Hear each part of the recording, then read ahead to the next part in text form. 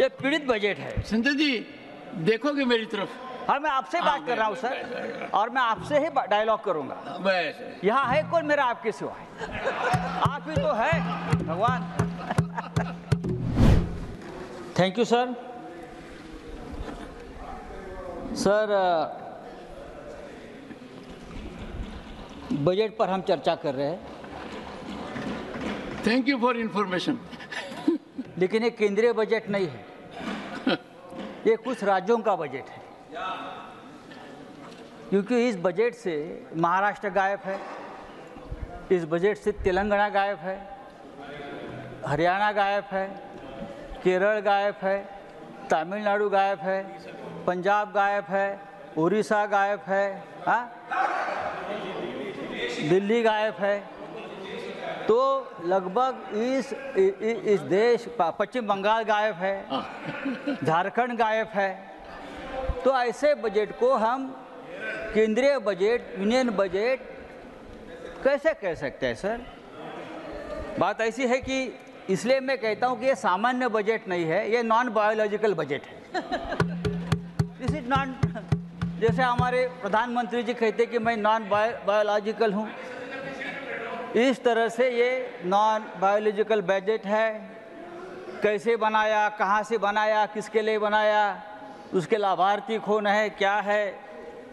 लेकिन एक बात तो सही है, ये बजट जो बना है उस बजट के ऊपर लोकसभा का जो नतीजे है उसका बहुत बड़ा प्रभाव है। संजय जी ये लोकसभा नतीजे से पीड़ित बजट है, ये पीड़ित बजट है। संजय जी देखोगे मेरी तरफ?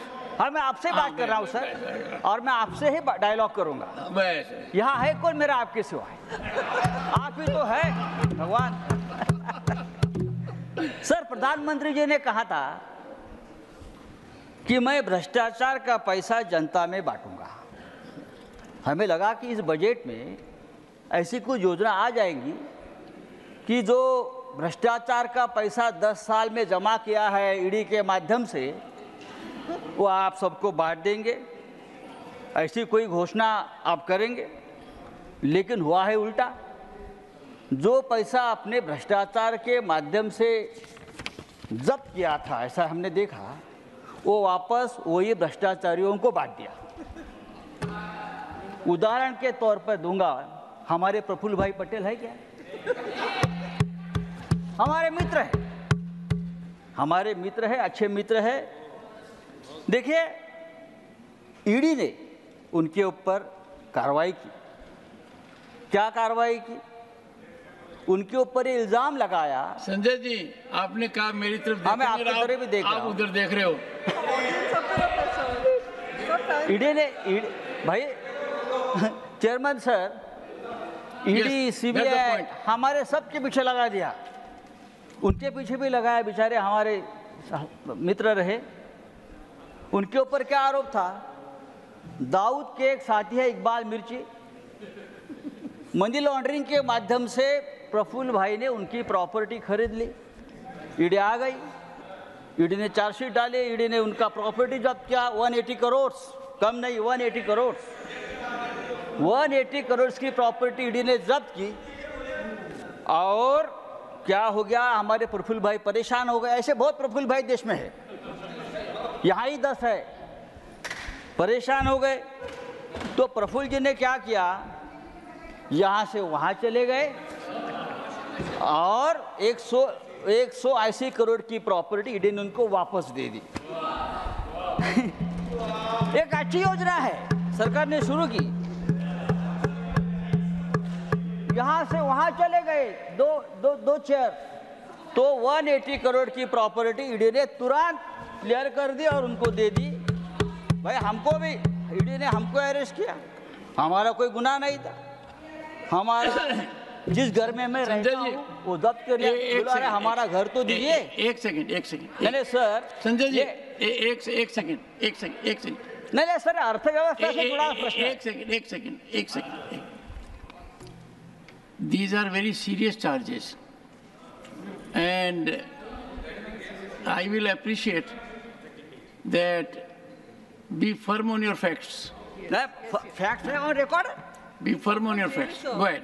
देखो सर, हमको भी जेल में डाला था ईडी ने, बात छोड़ दीजिए। तो मोदी जी के तीसरे कार्यकाल में सभी भ्रष्टाचार इस प्रकार से बेदाग हो रहे हैं। सर, क्या है इस बजट में?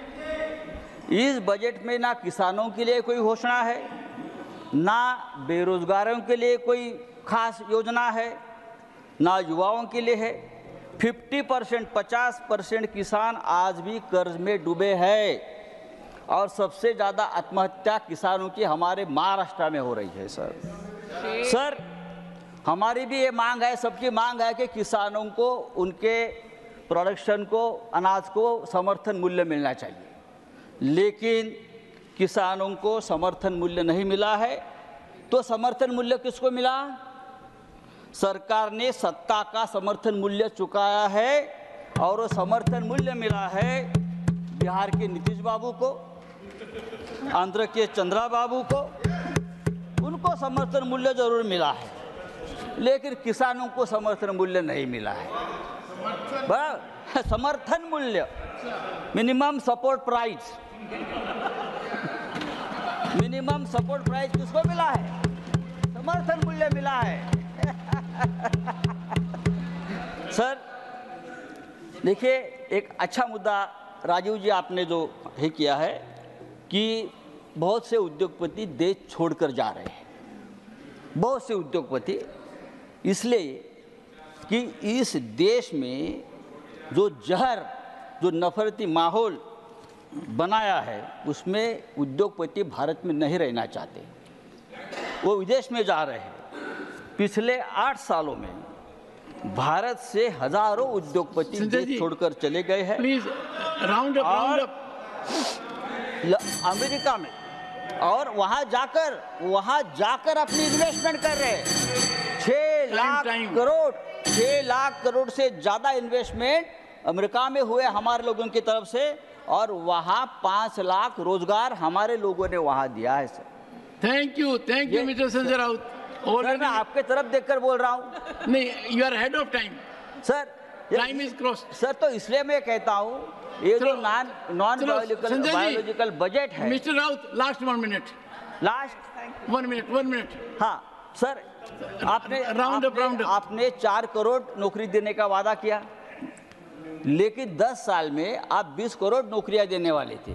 20 करोड़ कहाँ गई नौकरी? इस देश में बहुत से ऐसे राज्य, मुंबई सबसे ज़्यादा टैक्स देती है हिंदुस्तान को।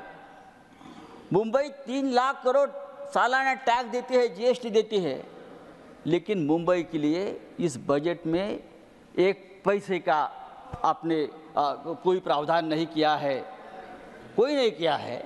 100 स्मार्ट सिटीज बनाने वाले थे, कहाँ गई स्मार्ट सिटीज? लेकिन मुझे आनंद है कि आपने अमरावती के लिए कितना 15,000 करोड़ दिया है। नहीं भाई साहब, नहीं मुंबई,